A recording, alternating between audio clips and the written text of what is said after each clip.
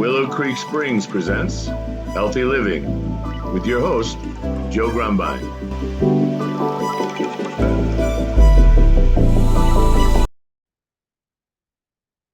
Hello and welcome to the Healthy Living Podcast. I'm your host, Joe Grumbine, and today we're going to continue our journey down the topic of overcoming cancer and other difficult obstacles.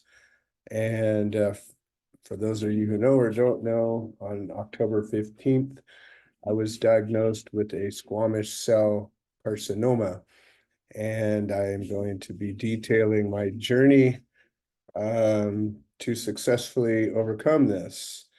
And if you're interested, I'd go back to the first episode and get back started because I'm not going to be repeating myself very much. There will be some overlapping information, but trying to move forward with this as there's a lot of pieces to explore. I did want to touch on one piece is the reason that I am naming this Overcoming Cancer and Other Obstacles is because the techniques that I'm using, the tools that I'm using, the way I'm using them, could be used to overcome just about any kind of challenge. And in fact, I'm taking some of these tools from other challenges that I have overcome.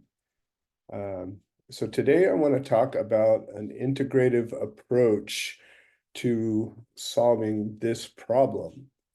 And we're going to talk a little bit about what this problem is. We'll get deeper into that in the future.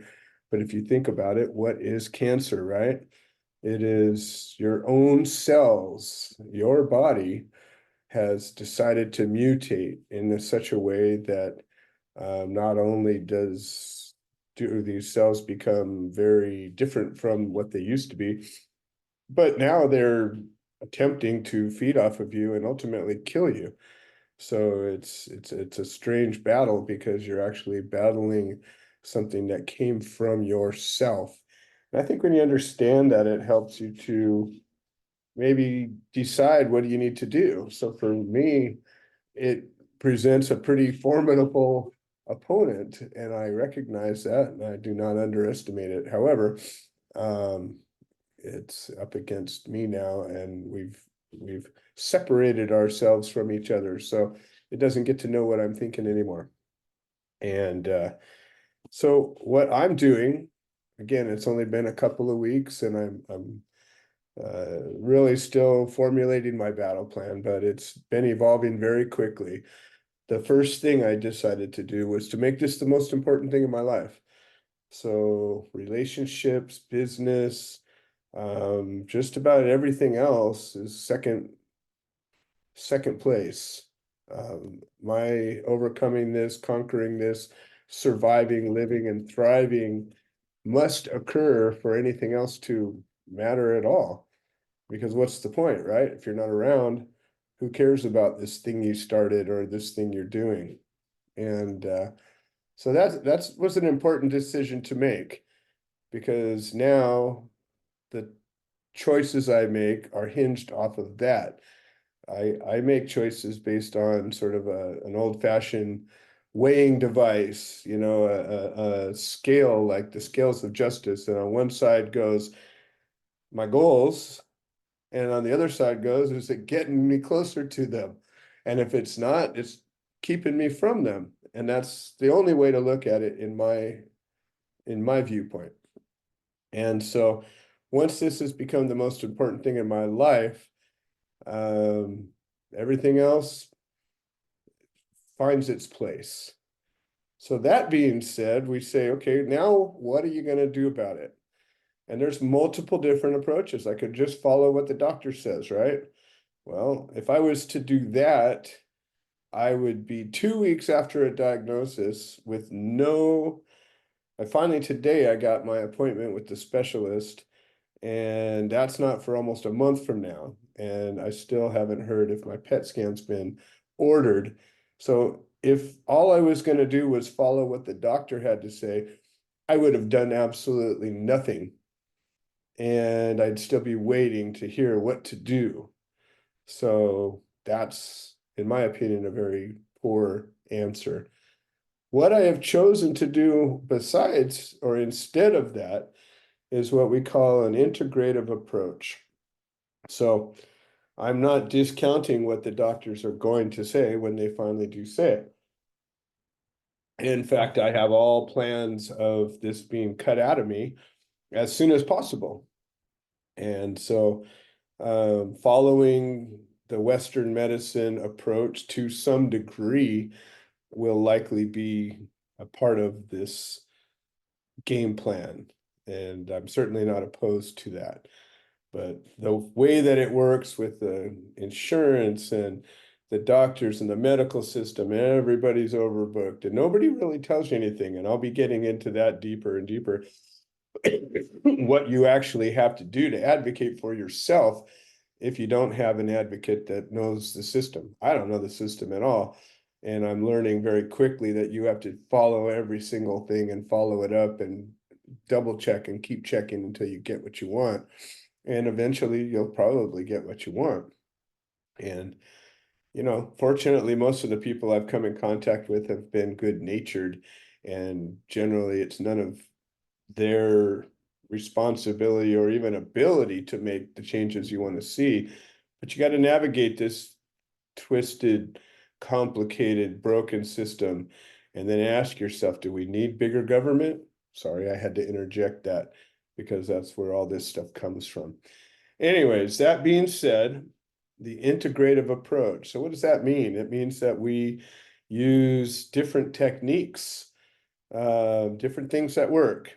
Now, I've talked fairly extensively about information and the problem with information. And now, that people are finding out that I have this, oh my God, now everybody's telling me about the thing I need to do. And everybody's got their remedy and everybody's got their thing. And it's like, well, okay, that's nice. But I can only take so many things at a time. I can only do so many things at a time.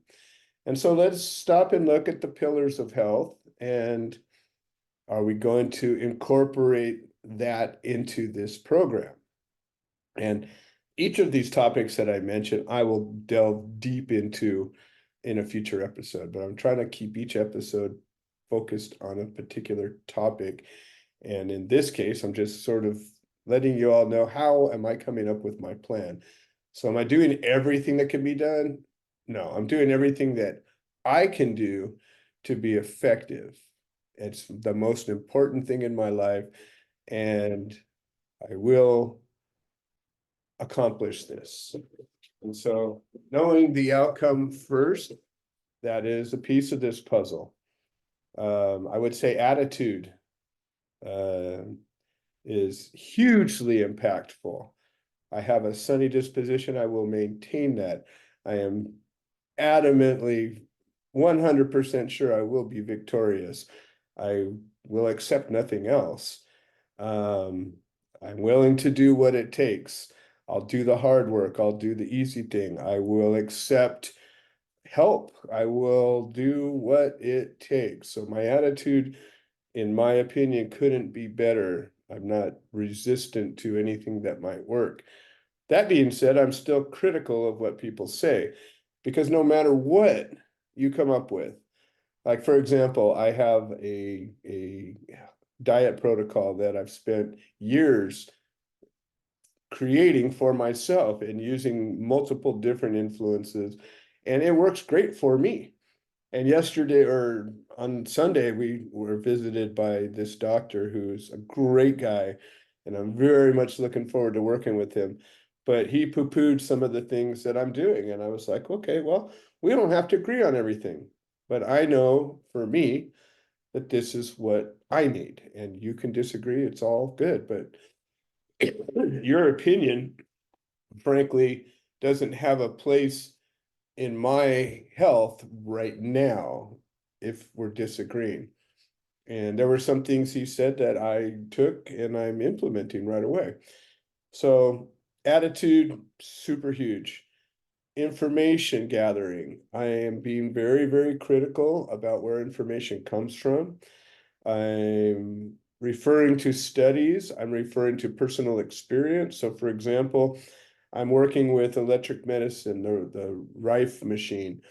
And the only reason I'm using this particular machine is, number one, I have it available to me. Number two, I have a cousin who claims it saved her life for 12 years. And she's used it, she lives by it, she swears by it, and she's teaching it to me. So for me, I believe that that's a good piece of this puzzle. When it comes to supplements and things like that, I have a tea that I'm taking that was referred to me by a medicine woman named Florena, who I've interviewed here, and I respect her tremendously. She has a wealth of experience, and she has used this in her battle to overcome cancer multiple times. Because of that, I take it seriously. I'm working with a supplement that uses a plant called soursop. I've studied this soursop for years, a little bit, but it's come to me from many, many sources as a good tool for removing cancer. Um, there's a number of different little pieces that I'm taking, but they all have come with personal references that I believe to be credible sources. So that's a piece of the puzzle with supplements and um, herbs and vitamins and things like that. So I'm not going to go on this episode totally detailed into all the things I'm doing, but there's a number of elements. Sleep is a pillar of health. Um, I've always talked about sleep. I've done, I think, one or two episodes previously about sleep. I will continue to talk about sleep. Sleep is one of the most important pieces of health. Sleep is when your body repairs itself. Sleep is when your brain repairs itself. Sleep is when you receive insight and download information. There's so many things that happen that are positive in sleep. If you're depriving yourself of sleep, you're depriving yourself of health. And so I make sure that I get at least 7 hours of sleep every night, solid. And if I don't, I nap. And sometimes I nap anyways. When my body says I'm feeling tired, you know what? I have no problem saying I'm going to go get some sleep. And people that know me know I'm the guy that says, hey guys, I got to go to bed. I'm going down. Don't care if it's in the middle of a party, an event, whatever we're doing. If I'm tired, I go to sleep. And I generally get pretty good sleep. I have sleep apnea that I'm somewhat overcoming, but I do use a CPAP machine most of the time, and not generally when I nap. So, um, I think I'm getting better at that. But meanwhile, sleep, sleep when you need it. Just sleep. If you need to take some kind of a supplement, I don't care what your problem is, whether it's cancer or hives or diabetes or whatever it is. If you're not sleeping, you're not going to get better the way you could and should. The next piece of this puzzle is diet. Um, Diet is a critical component to any possible healing growth in that arena. I have been on a path of a good diet for the past 7 years. I've lost 50 pounds now, coming up on 60 pounds. And I'm at a good, healthy weight now. I'm now trying to maintain it. I've been losing weight a little faster than I want to because of this diet that I'm on. I'm on a very, very rigorous diet. And I'm allowing myself to do this because I believe that this diet is going to be key to the success of this battle. And for me, I have the only sugar I have is one grapefruit in the morning, first thing in the morning. And the only carbs that are not vegetable or dairy related is a bowl of beans in the morning. And I do eat various sources of protein. I eat animal protein, a lot of fish mostly. I do eat some meat, and the meat I eat is high quality and sourced from a known good quality source. I don't eat any junk meat at all. I don't eat any processed food at all. I eat loads of vegetables, giant salads, lots of cruciferous vegetables. I just started drinking celery juice. My daughter has come in and been making me some celery juice, so I've incorporated that into my world. And that's for the most part it. I will have some cheese. I think that, people have varying opinions about dairy. And I don't eat a lot of cheese, but if I'm going to be veering off in any way, shape, or form, I think cheese is way better than excess sugars or processed things like that. And that's it. That's my diet. I drink a lot of water. I drink coffee, black coffee and tea. I do one bulletproof coffee in the morning, and whether you agree with that or not, I think it works well for me. What that means is I take butter and some collagen protein and a little MCT oil, and I whip it along with my black coffee, and that is my sustenance first thing in the morning. And so that's my general diet right now. I eat eggs. I love eggs, and I think they're super healthy for you. And like I said, everybody's got their opinion. There's a study to show everything. I believe that this diet sustains me in a very positive way. Another thing that I believe and I use in my integrative approach is my intention. And that's aligned with my attitude, but it's not my attitude. So my intention is where essentially I spell out what things are. And so in a way, it's a prayer, and I pray constantly. We'll get into that as well. But this is more of declarations. People talk about intentions and affirmations and those kind of things, but this is more than an affirmation. These are declarations. So before I eat, I declare that this food is going to sustain me and bring me health, and it will help me in destroying this disease. In fact, I've given it a name. I call it squam. A lot of people are tripped out. Oh, they can't say the C word, and they can't say the N word. They can't say the X word. Fuck that. You give things power by refusing to acknowledge them. I look my enemy in the eye and I give it a name, and I call it squam, squam the lump. And the lump is trying to kill me, and I am killing the lump. And notice the difference in the terms that I used. It's trying to do something. I am doing it. So when I make a declaration about food, I declare clearly that I'm eating this food. It's sustaining me. It's bringing me health and nourishment, and it is fortifying me in this battle to overcome this adversary. And at the same time, it's depleting this adversary and weakening it so that I can defeat it quicker. And that's my declaration. I do the same thing when I drink water. I don't know if you know anything about the doctor. I can't think of his name. A Japanese guy who discovered the effect of words and sounds on water, and he developed this microscopic camera that can take pictures of ice crystals, and he wrote at least one, maybe more than one book that documented this journey, and profound.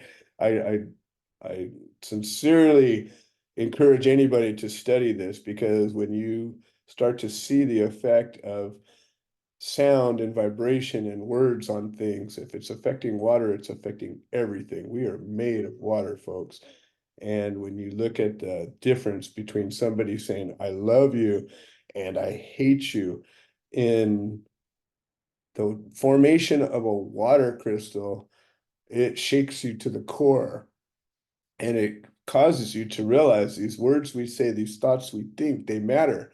They matter. They matter. They matter. So what are you doing with your time? What are you saying with your words? What are you thinking with your thoughts?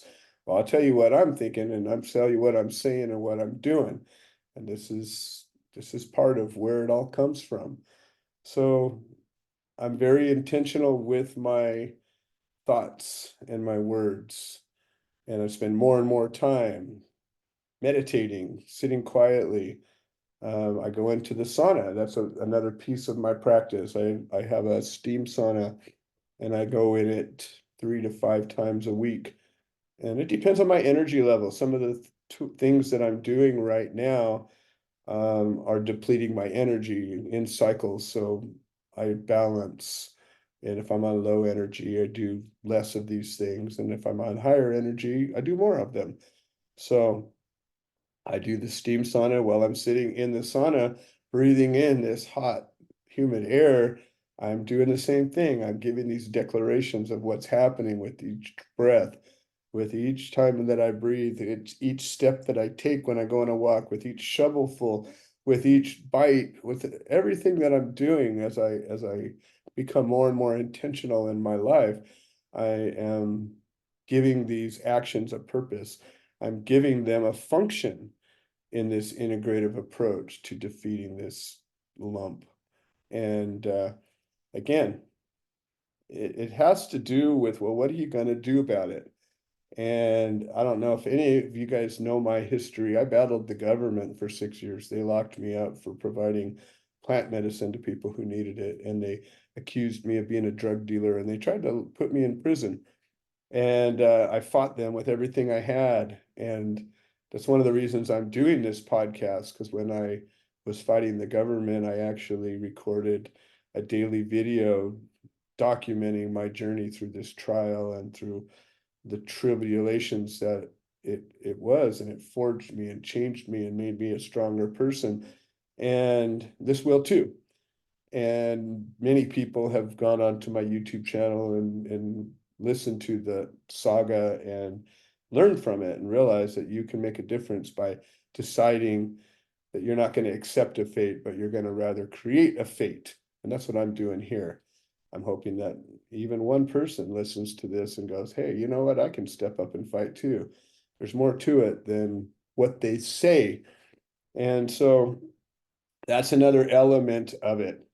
I know that I should probably work off of notes because there's so many pieces to this puzzle. I just recently added a piece to my regimen, and it came to me through multiple people. So sometimes when I have several people that bring me the same bit of information, I will look at it and start spending more time with it and going, yeah, okay, that seems like it couldn't cause any problem and it could probably help. So I have a friend from Canada, and he had told me a study he had heard about walking for 20 minutes a day can make a profound impact on your health. And then this doctor I was talking about, he was saying, well, if you walk an hour a day, just walking, it can be equivalent to a 3-day fast as far as the creating apoptosis and autophagy, destroying the dead and weak cells in your life. I'm like, whoa. So I began that actually just today. I was up at 4 o'clock in the morning.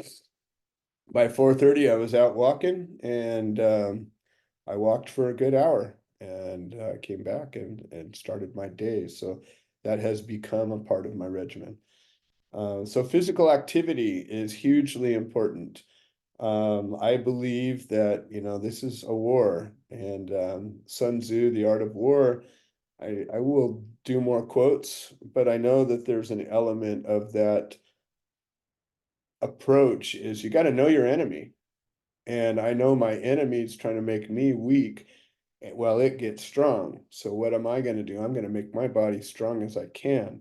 I'm eating as well as I can. I'm exercising. I'm sleeping. I'm basically becoming a bodybuilder, and I'm going to work myself and make myself as strong as I can. So I have a good friend, Richard McEwen, who last year coached me into a program that he runs where you basically work yourself up to 1,000 push-ups in a day. And I went through that program, and I went from wherever I started to 1,000 push-ups, and I worked 5 days, took 2 days off, and it took me, I don't know, 3 or 4 months to get there, but I did. One day, the last day of doing this, I did 1,000 push-ups in a day, and I did it before noon, I believe. And it was tremendously empowering. I was strong. mentally clear, and I was fighting this lump at the time. I didn't know what it was, and I was working at that. I suppose it probably helped keep it at bay. So I've begun that program again, and this time I'm accelerating it. I'm going to accomplish it in half the time as I did last time. And so I'm fortunately today in an off day, but that's one of those pieces of the puzzle. Physical activity is another huge piece of the puzzle. Having a support system, that is probably less important to me than it is to some people. I support me, and I love people. I love people, but people have let me down so much that I don't expect as much from people as I do from myself anymore. And it's okay. I have a wonderful support team. I have a wonderful group of people that care about me and that want me to heal and that are working hard to help me heal. And that is plenty. And I suspect it'll probably increase as people find out. But I'm not looking to build a huge community of friends like I was when I was going through the court battle. This is going to be what it's going to be. I hope a lot of people learn from this and benefit from it. But how many more people am I going to get close to? I don't know. We'll see. There's room, and lately some amazing people have come into my life and have been very supportive, and so we'll see where that goes. Another layer of this is plant medicine. I've been working with plant medicine for many years. Cannabis, I've been working with peyote, I've been recently working with combo. I'm likely going to be working with ayahuasca in the future and a number of plant medicines that in addition to all the other herbal ingredients that I work with. And that has been remarkably transformative, enlightening, and I will continue down that road. Right now, I'm not using cannabis except for in a topical solution that I've made because there can be a conflict between multiple different types of plant medicine. So since I'm working with some of these other medicines, I'm holding off on the cannabis right now. However, as I told the medicine woman, it's my double barrel shotgun in case I need it. So if for whatever reason I feel like I'm getting behind the curve, I will immediately go straight to a 500 milligram a day protocol, and unfortunately it'll knock me out too, but I will use that as a tool of last resort. I don't have any plans on doing radiation or chemotherapy, and so the people that are going to promote that, I'm not really that interested in talking to. I'm looking at immunotherapy and some of the different treatments that they have as a possibility, but I'm going to look deeper into that and be very, very cautious in my approach. Spirituality is a big part of my life, and I have a huge connection to my creator, and I hold that somewhat close to my heart and my chest, and I don't necessarily share my belief system with everybody, but those who have prayed with me know, and I will pray with anybody who wishes to. And I appreciate the prayers to the people who offer them to me sincerely, and I welcome them, and that is a thing that everybody can do. I've worked with energy work, I've had Reiki work, and numerous other energy modalities, and I will continue to do that. Even worked with some magnetism, magnet work, and any and all of these approaches, as far as I'm concerned, have a place in my life. Most recently, I integrated ivermectin into this, as I believe parasites have a role in this, and we'll get into the cause of this probably in the next episode or coming soon. And so I think I've covered all the tools that I'm using right now, which is a lot, as you can see, try to manage all of this every single day. And I'm very much listening to my body. And so if something comes into my body or into my field of vision, I sit with it, I meditate with it, and I either feel like I need to spend some time with that or I don't feel anything. So I'm I'm following that lead right now as much as I can, and then again, validated sources. I'm vetting very carefully, and I'm not just, even if I think somebody is a good source of information, doesn't mean I just take their word as gospel. So that's my integrative approach. And if you have any questions or whatnot, reach out. I'm very easy to reach, but reaching out means you're going to come and do an episode with me. I'm not talking about any of this stuff unless somebody's actually working with me. Other than that, this is where to find it here on the podcast. Thank you for all of your support, and we will see you next time. This has been another episode of the Healthy Living Podcast. We produce this show so that people can share their stories, people that have overcome obstacles, people that are undergoing obstacles. We're building a community of health-minded individuals. If you're interested in supporting the show, please leave a review on the platform you're listening to it on.